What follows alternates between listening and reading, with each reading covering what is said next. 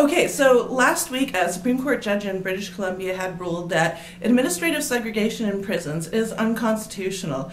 Now, this isn't anything new because I think everybody knows that sticking somebody in solitary confinement does drive them completely crazy. The Elizabeth Fry Society, an association which helps criminalized women in particular, made out a call last week after this announcement saying that there is a lot more to just administrative segregation and how it destroys people's lives, and that maximum security is also like an administrative segregation, and that we now are recognizing administrative segregation to be the same as solitary confinement. Well, I could have told you guys that, and I have told everybody that for the last few years because I got out of prison just 4 years ago myself. It was the provincial detention center. Provincial and federal prisons are considered to be different. They're controlled differently. However, you know, you're in one or you're in the other, and it doesn't really matter if you're in there for a long time or a short time. It doesn't really matter. And I've talked to a lot of prisoners, and here is the prisoner point of view of segregation and maximum security, because that's where I spent most of my time. So, maximum security is like segregation. You are in cells, and you're in a cell by yourself, or at least the range that I was on at Vanier Center for Women, the notorious range 2B, and that was actually designed to be a segregation cell. So, the thing is, if you're in prison, you know that maximum security, segregation, and all this stuff is just a cell, and then you get put into another cell, and then you get put into another cell, and every once in a while they stick on a sticker on it. This is what it's like to be in the solitary confinement range. To be on the range, you're in a range, and you're in a cell by yourself, with absolutely nothing. On the range, I've been put in for administrative seg, so my sticker said administrative segregation on the range. The person next to me sometimes might be in for, say, suicidal watch, so they have suicidal watch. The person on the other side of me might be in for a medical reason because they were feeling sick, so they get in there for feeling sick. People think that segregation ranges and medical ranges and all this stuff are all these separate things for separate purposes. No, they just pile y'all and stick y'all in one area. That's the reality of it. Now, they say that most of the suicides happen in segregation ranges. Well, yeah, and here's an explanation.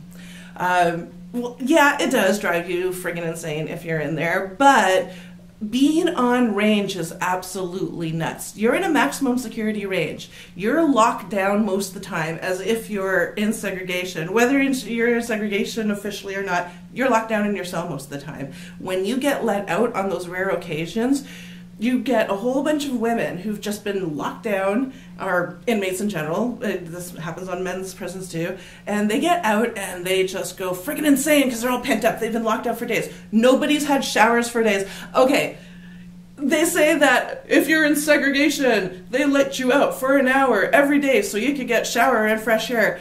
Anybody who's been there knows that's 100% complete bullshit. That does not happen. You're lucky if you get out for 10 minutes to take a shower every few days. That's more of the reality of it. So that's just media talk because they just don't want to end up, you know, having to talk about this, you know, 1 hour that's not actually happening, because they don't like to talk about a lot of things that are happening. They only want to talk about, you know, specific things that are happening, like all these people killing themselves in the segregation wings. Well, if you're on range and you feel like killing yourself because you're being surrounded by 10 inmates who have these homemade shanks and they're trying to shank you to death and all this stuff, well, that's probably going to be driving somebody insane. Those conditions drive people insane. And then, you know, somebody gets shanked, everybody gets locked down, and you're locked down for another several days, and nobody's getting out of their cells, and then you get back out of the cell, and then there's all this crazy stuff going on, then you get stuck back in your cell. So what's the difference if you're on range or in segregation where you're in the cell all the time and nobody lets you out? Well, a lot of people who are sick of the whole entire jungle and game of the range will actually drive you nuts, and it will drive you to want to be suicidal. So if you express that you're suicidal, you get put into segregation. If you fight somebody, you get put into segregation. If you complain to the guards about anything, you get put into segregation. It doesn't friggin' matter. You get put into friggin' segregation. Now, two things happens when people get put into segregation. When I got put into segregation, I'm all like, oh, thank God I'm in a cell by myself. There's nobody sleeping on my floor, nobody crammed into my floor space or my own cell, nobody, because I'm a person, I'm a thinker, I'm an artist, I'm a writer, I like to be by myself in my own personal space. So when you're forced to be with people on range, it's just like, ugh, it's horrible to me. So it's actually a peace of mind. And I've talked to a lot of other inmates, and a lot of other inmates, when they get put into segregation, at first it's a wonderful peace of mind.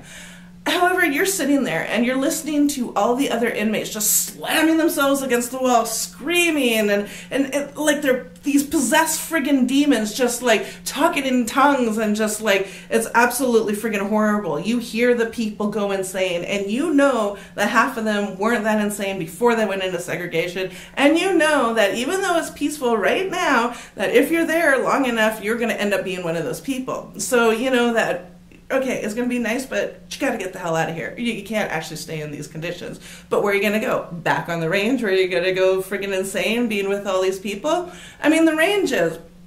I wrote my journals, and it's called the Human Kennel. And the Human Kennel was written while I was incarcerated in Vanier Center for Women. So I actually bring you into the maximum security range and into the segregation cells with me. Like, I kept these journals really raw, so when I published it, you really get to know what I'm talking about. And everybody who's read it says, yeah, you brought me in right in there. So you'll know what I mean if you actually read my books. But anyways, so...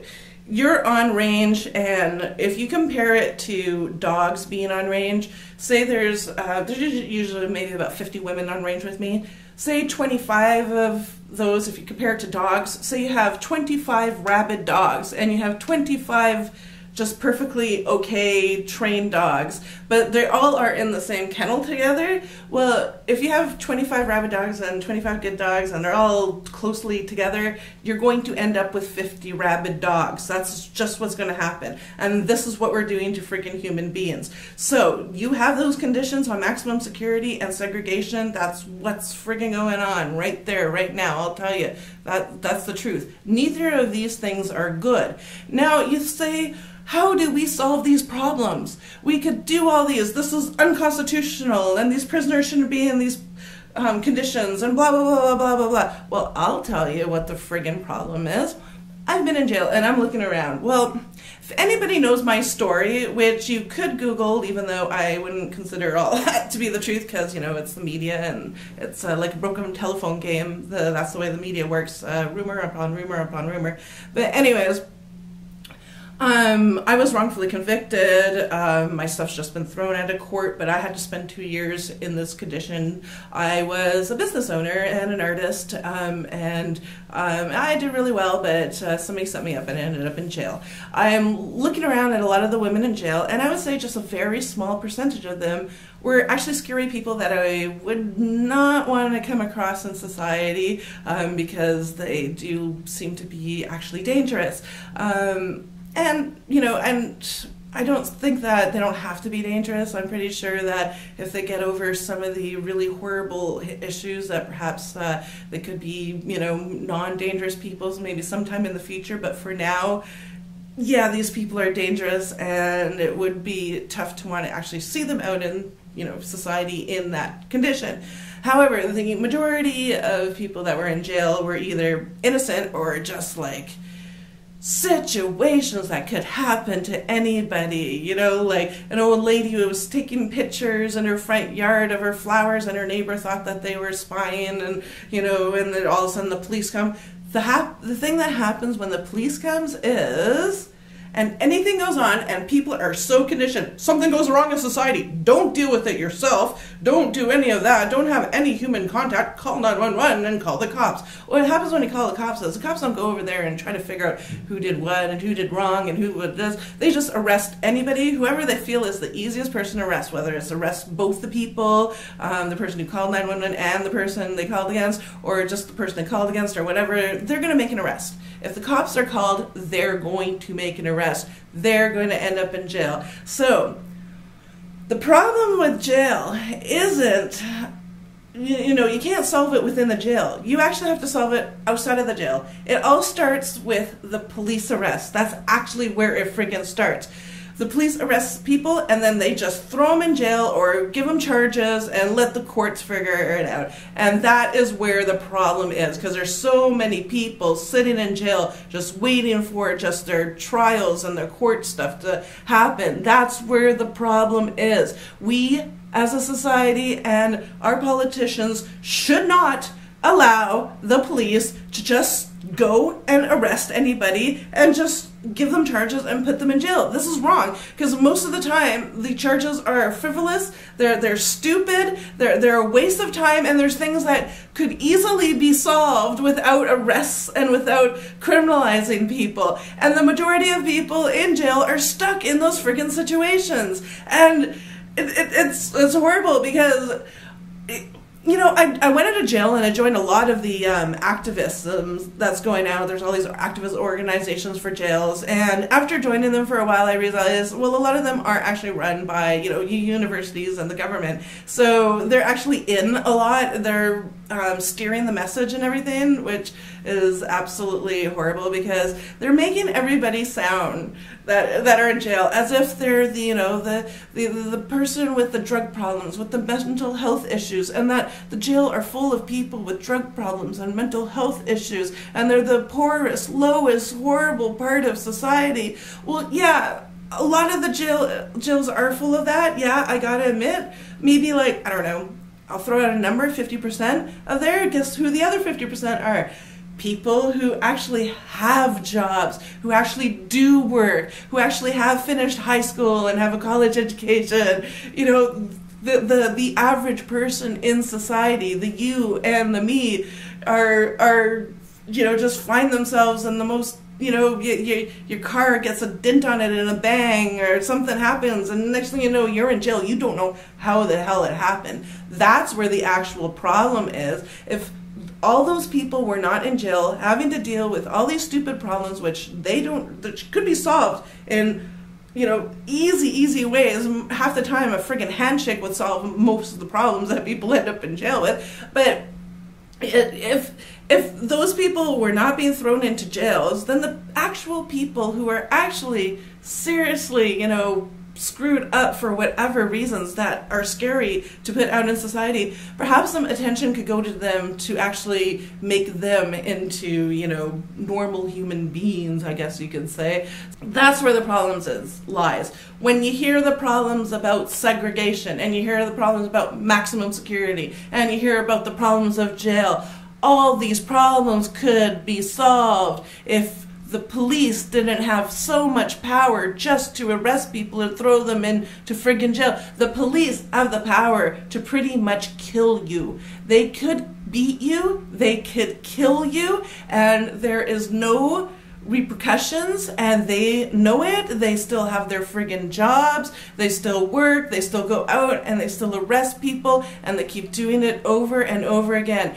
The police in Canada have too much power. This is ending up to be a police state. This is not right, and this is happening to everyday citizens. It becomes a police state when you are no longer just going after the people who just robbed the bank or the person who just murdered that person.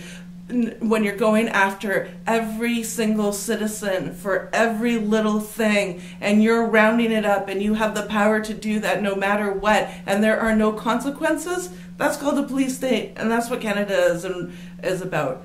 It doesn't end with segregation. It starts with the friggin' police. That's where it starts. You want to end segregation, you want to end the brutal stuff in maximum security and all in the jails, stop arresting people and throwing them in jail. The people need to stand up and say, we cannot take this anymore, and the politicians have to say, hey, we cannot be doing this to people anymore. We are causing people problems. We are burdening every ordinary citizens, and we're making them afraid of us. We're making them afraid of society. We're making them afraid of everybody, and we're putting fear. We're making people docile. People are just believing all the bullshit. End segregation by starting with the police. Thank you.